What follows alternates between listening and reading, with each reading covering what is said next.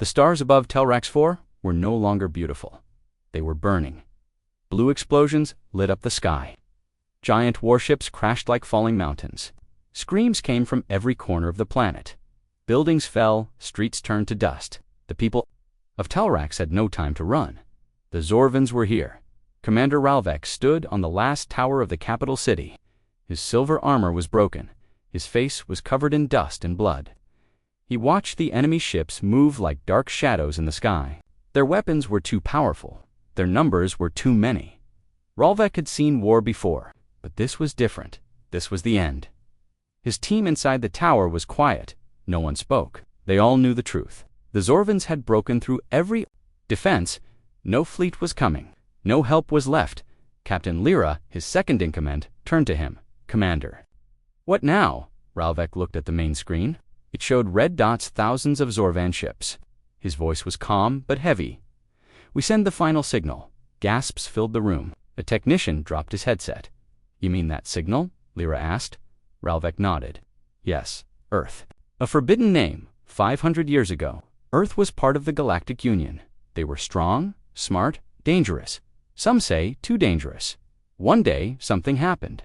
A war, a secret weapon. No one truly knows, but the result was clear. Earth was exiled. The Council passed a strict law. Do not contact Earth, ever. Their systems were locked. Their name was deleted. Their space was marked as dead dot. Now, Ralvek was breaking that law because nothing else was working. Inside the tower, the team moved fast. Lights blinked. A long-lost console came to life. Dust blew off the screen.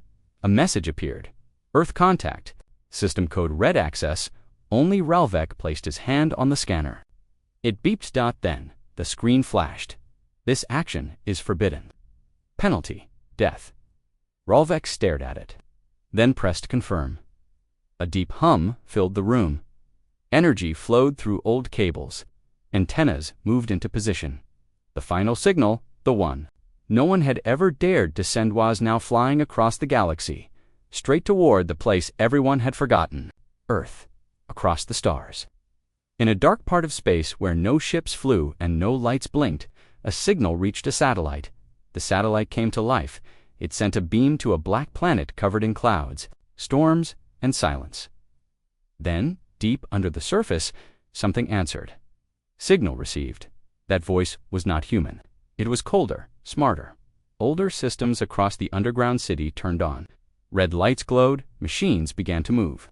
A massive, black ship inside. A hidden hangar started to hum. The humans were still there, and they had been waiting. Back on Telrax 4, the sky was falling Zorvan. Destroyers had reached the city. Energy blasts hit buildings. Shields failed.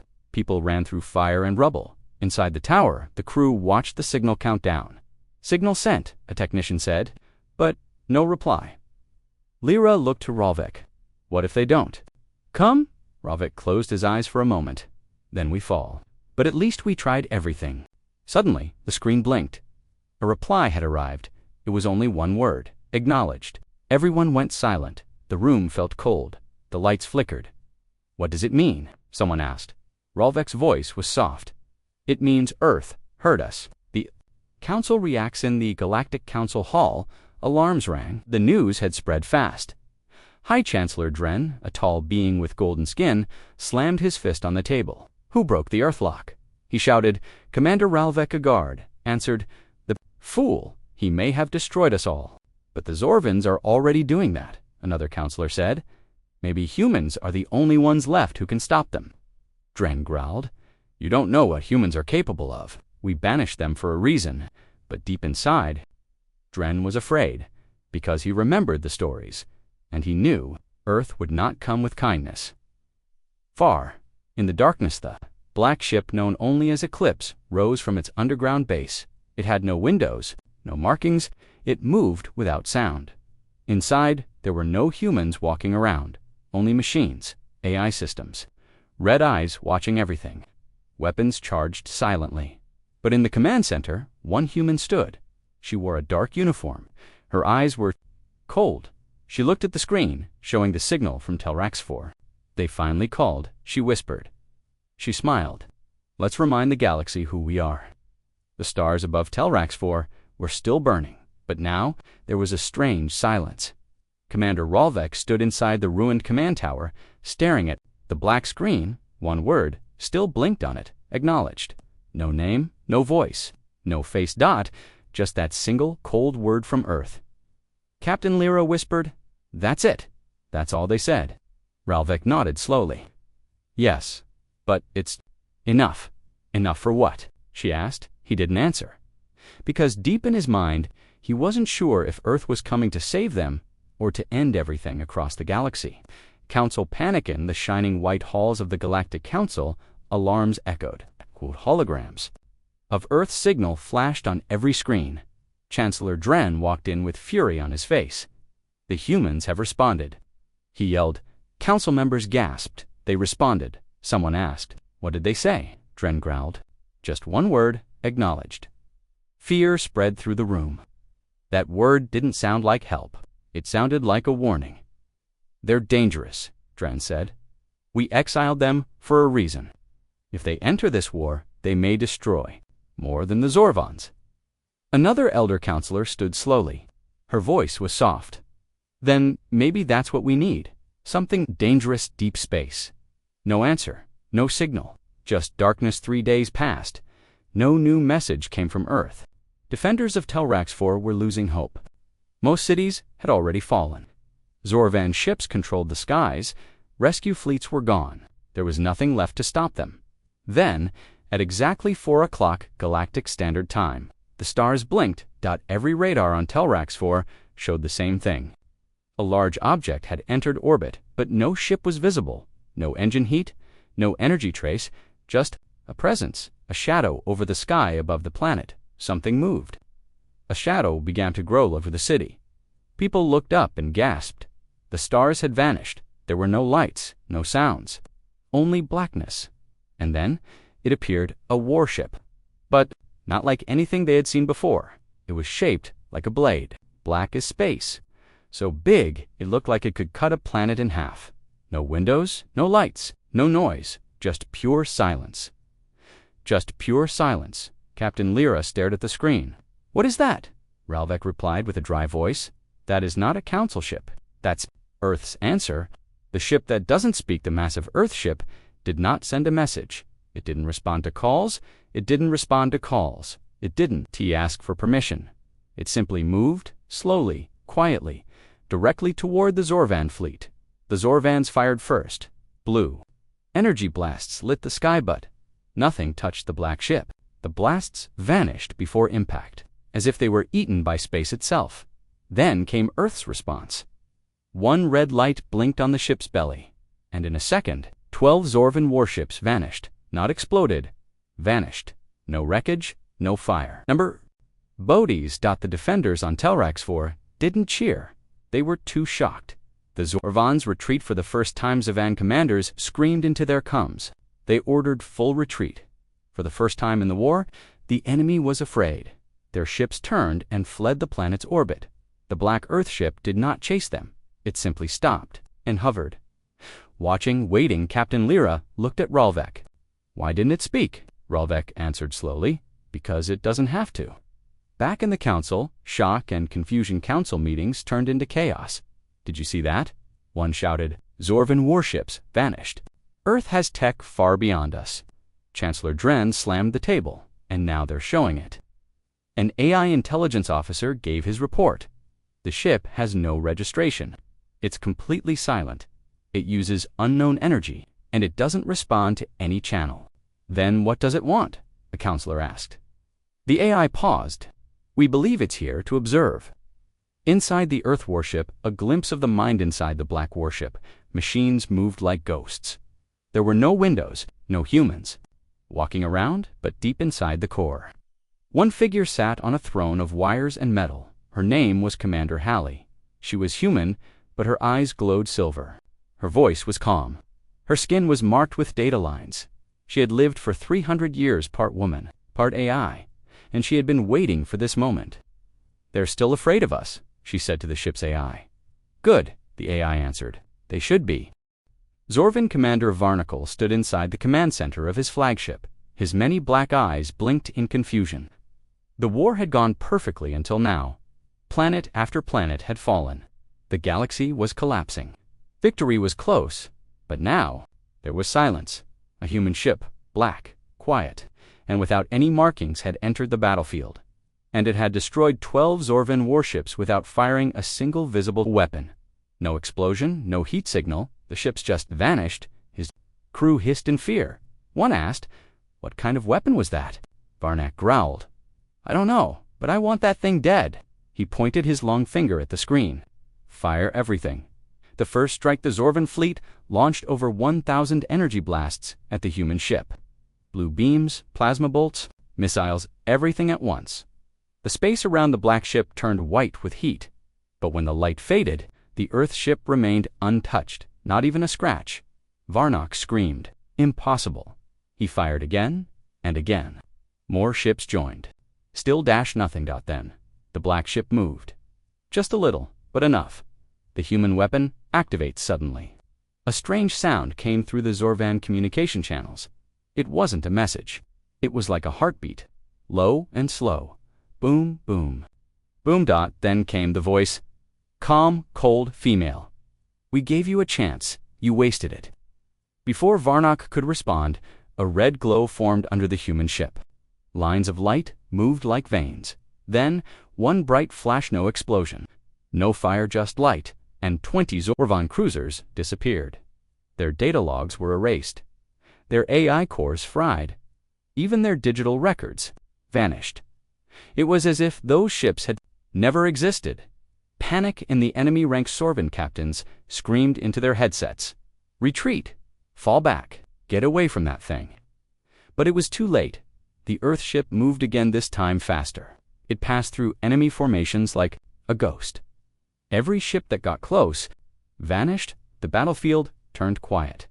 No human soldiers had landed, no boarding parties, no fleets, just one ship, one silent reaper from Earth. Tel Rax-4.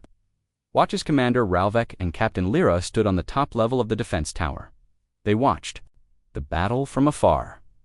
"What are they doing?" Lyra asked. Ralvek stared at the scene.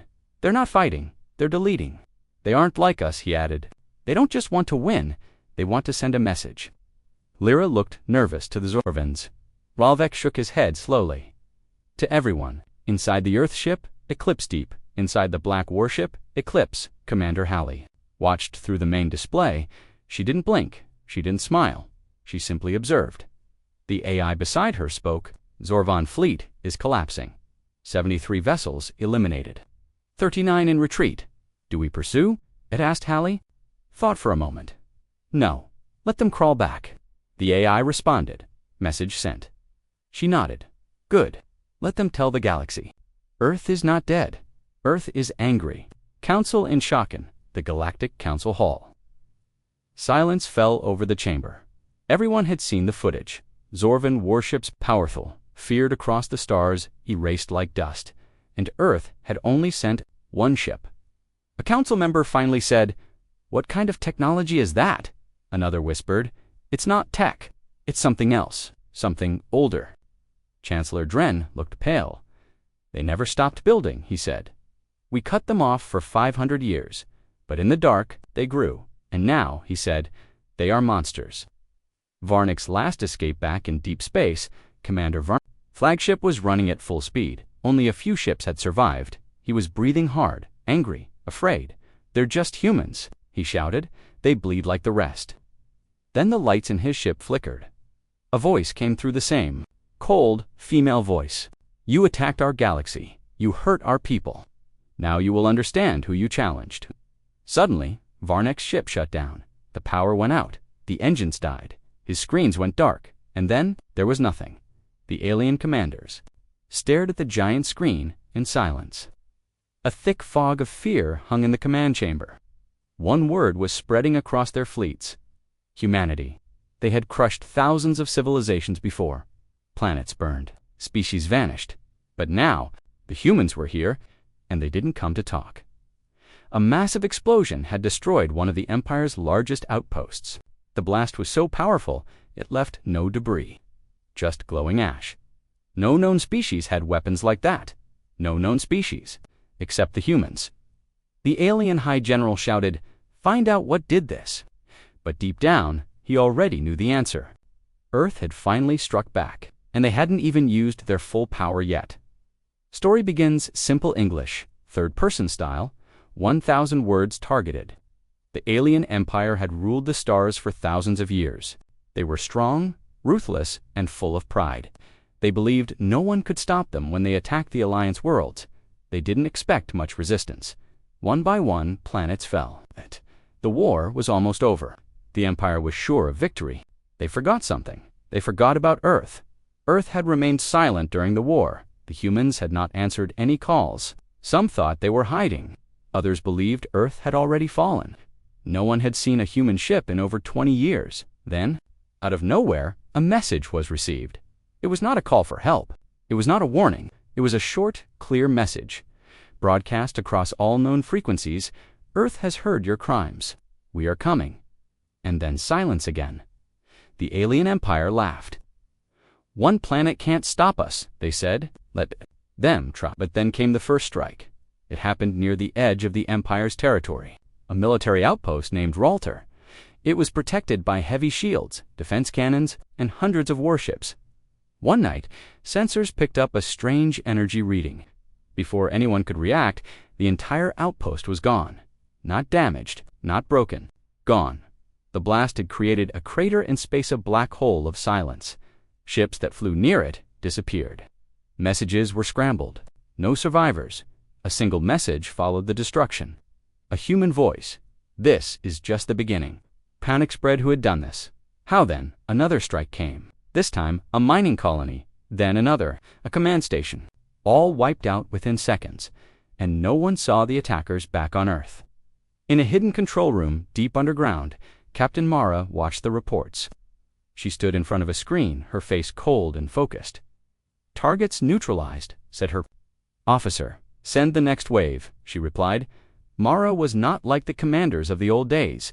She had trained in silence, studied every alien tactic, and learned how to fight a war the galaxy wasn't ready for. She didn't believe in slow diplomacy anymore. She believed in force. Each human warship under her command was a secret weapon, built in the dark, powered by unknown technology, invisible to most sensors. The galaxy thought Earth was weak, but Earth had been preparing for decades, and now they had nothing left to lose. Meanwhile, on the alien side, Admiral Vrozak stood frozen. In his war room, he watched as another red mark blinked on the map, another destroyed base. "What is this weapon?" he whispered. His officers had no answer. "Where is it coming from? Who controls it?" Still silence. Vrozak slammed his fist. On the table, "Find Earth. Burn it now." But their scouts had already tried. Ships sent to Earth never returned. Satellites went dark. Probes exploded before they reached the solar system. It was as if Earth had vanished, or become something else entirely. The Empire had faced rebellion before. They had seen uprisings, but this was different. This was revenge. The stars were quiet when the signal came. It was a voice deep, clear, and human. The control room of the Allied resistance ship, Valor's Edge, was filled with silence as the message repeated. "This is Commander Elias of Earth Defense Command. Message received, reinforcements, en route." Admiral Theros of the Tarvan race leaned forward. His heart pounded, even though his kind had no blood.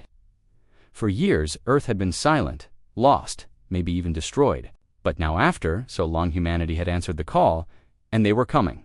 The news spread fast, across the remaining fleets of the Resistance, across the shattered colonies, across broken ships hiding in asteroid belts. Everyone asked the same question. Was this real, or a trap of false hope?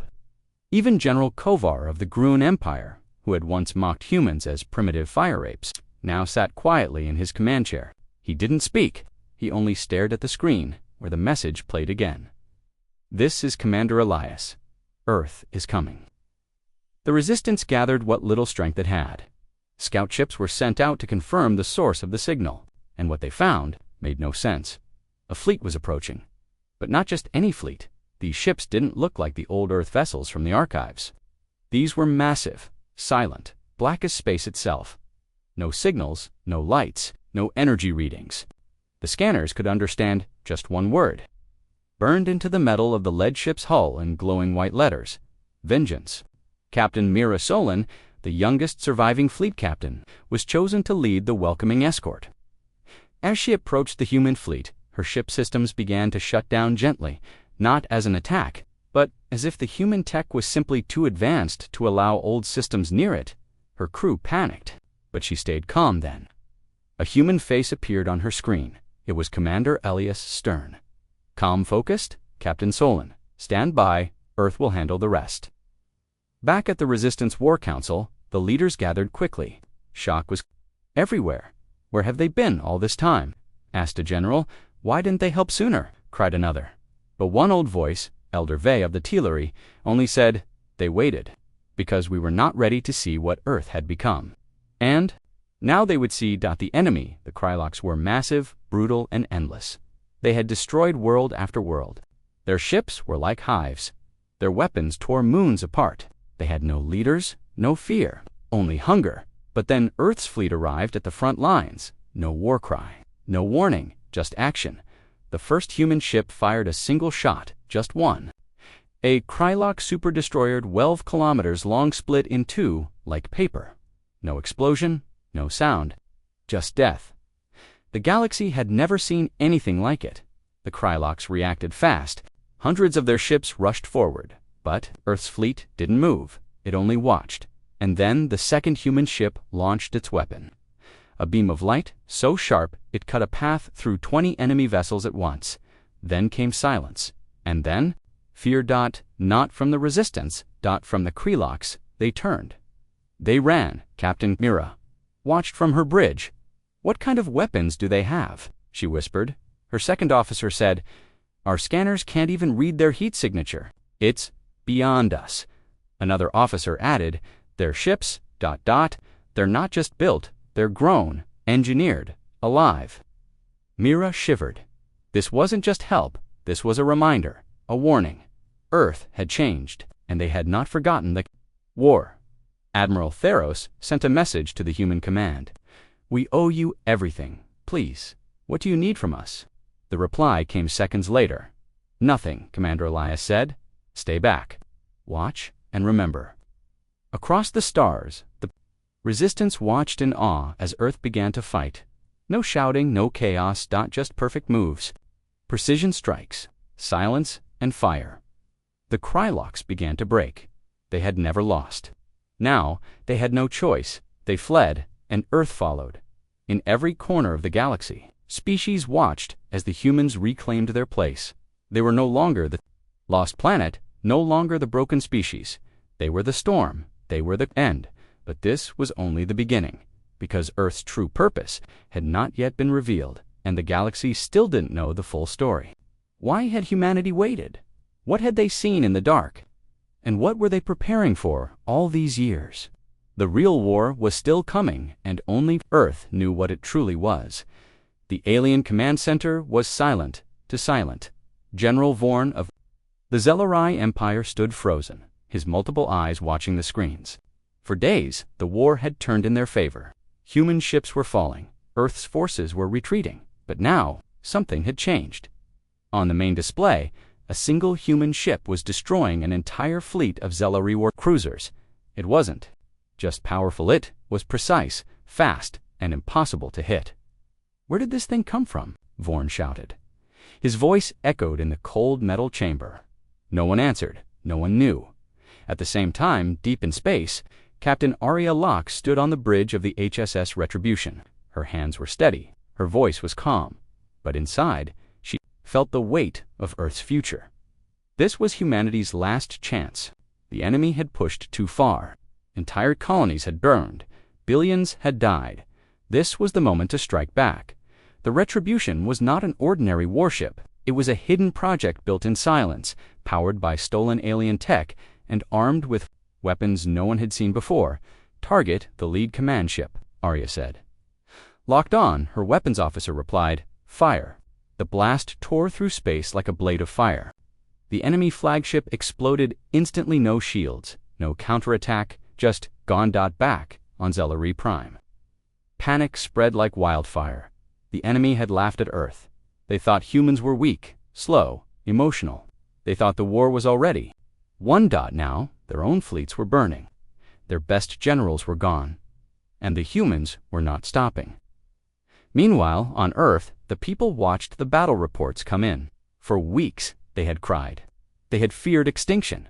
But now, they cheered. Children pointed at the sky, where warships flew like silent giants. Elders whispered stories of Earth's rise, how one small planet had faced death and refused to die. Inside the Human War Council, General Mako, scarred and tired, finally smiled. "This is it," he said. "This is the turning point." Others nodded. They had sent everything they had, every soldier, every ship, every hidden weapon. It was all or nothing. And now, for the first time in months, they were winning. But deep in the void, something else moved. A shadow, larger than a moon, slowly came online. It was not human, and it was watching. Humanity had surprised the galaxy. But the war was not over yet. Something worse was coming, and even the mighty retribution might not be enough. The stars began to vanish one by one. It wasn't a trick or a glitch. Something was moving through the darkness. Something massive. Captain Arya Locke stood at the front of the HSS Retribution, watching the deep space sensors flicker. "Captain," her science officer said in a shaky voice, "something is blocking the star field, and it's getting closer." "How big is it?" Arya asked. There was a pause. "Bigger than anything we've ever seen. It's not a fleet, it's one ship, or one creature. We don't know." Across the galaxy, panic spread. The Zelari Empire's surviving fleets were retreating, broken by humanity's power. But even they stopped moving when the shadow came. It wasn't human. It wasn't Exlari. It wasn't from this galaxy. A forgotten warning in ancient data was now coming true. Something called the NGER, no empire, believed it. But now, every sensor in the galaxy saw the same thing.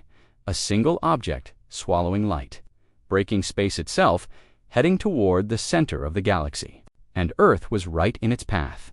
In the United Human War Command, General Mako read the incoming message from the Deep Space Scouts.